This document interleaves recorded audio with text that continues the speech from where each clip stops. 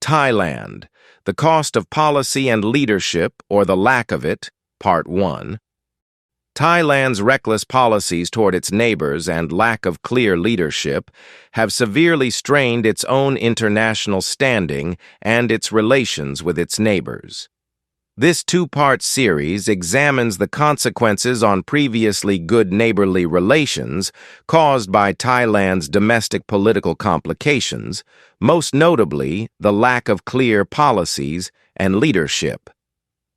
Cambodia has no interest in meddling in Thailand's internal affairs. The article does not seek to express interest in Thailand's domestic affairs and sovereign decision to choose its leader. Previously, when Cambodia was accused of meddling, it was rather puzzling.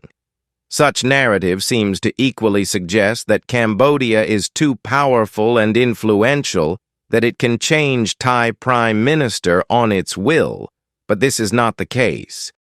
It is totally within Thailand's internal affairs to choose and topple Thai Prime Minister.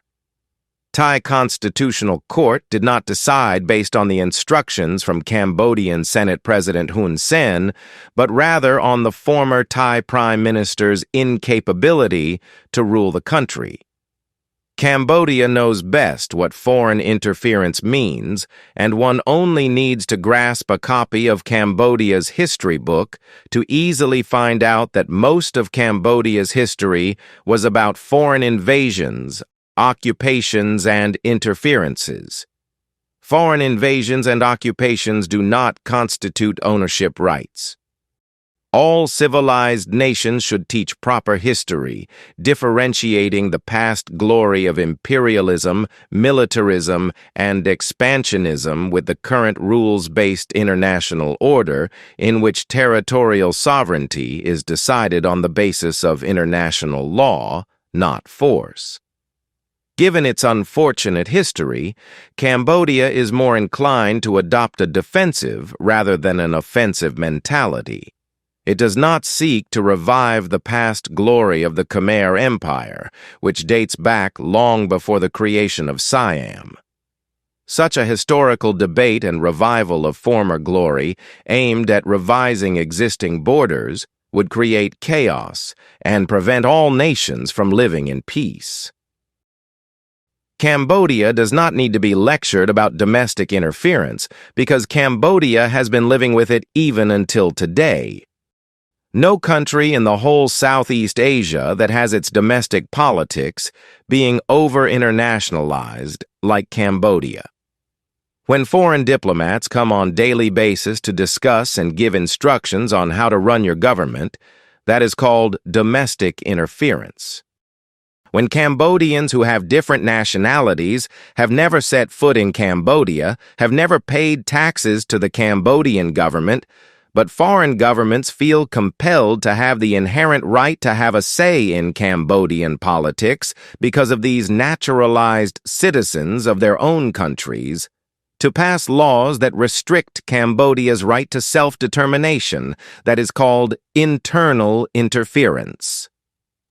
In Cambodian history books, it is not difficult to identify instances where Cambodia was not even allowed to decide its own destiny. These occasions were countless.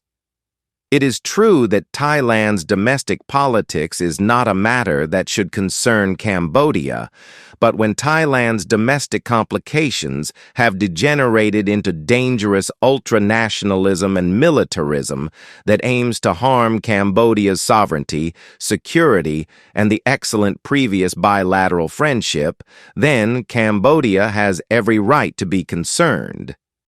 Cambodia's peace is supported by peaceful borders created by friendship, cultural linkages, trade, political trust, and a lasting and stable border based on international law. Cambodia has had no choice but to refer border disputes in the Mom Bay area and around the temples of Tamoan Tam, Tamoan Tauk, and Ta Krabai to the International Court of Justice, ICJ, as bilateral mechanisms have been exhausted. These four areas are considered the most dangerous flashpoints along the more than 800-kilometer bilateral border with Thailand.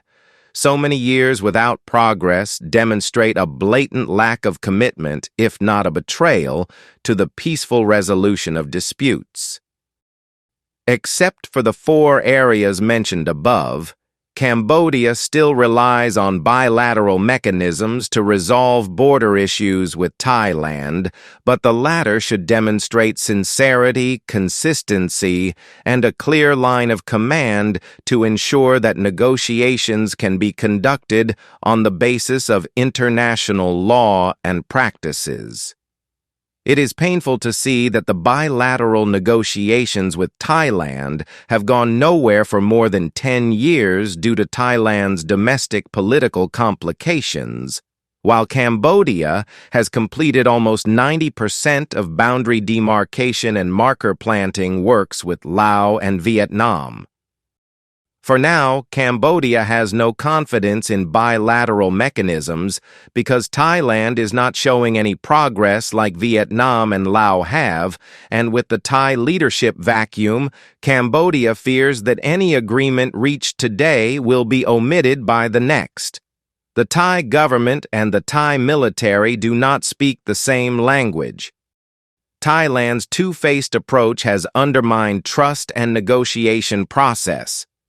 Thailand's political confusion must be managed by the Thai people, not misused to provoke border conflicts with its neighbors. The fact that the Thai Constitutional Court unanimously agreed to consider the petition against the Thai Prime Minister constitutes an official declaration acknowledging the country's internal confusion. Thailand should stop exporting its internal confusion to its neighbors. Cambodia has its own domestic problems and development to address. All of Cambodia's actions were acts of self-defense and a reaction to Thailand's unilateral and irresponsible policies born out of a lack of clear Thai leadership. By Chan Kunchini, a Phnom Penh-based geopolitical and security analyst. The views and opinions expressed here are the author's own.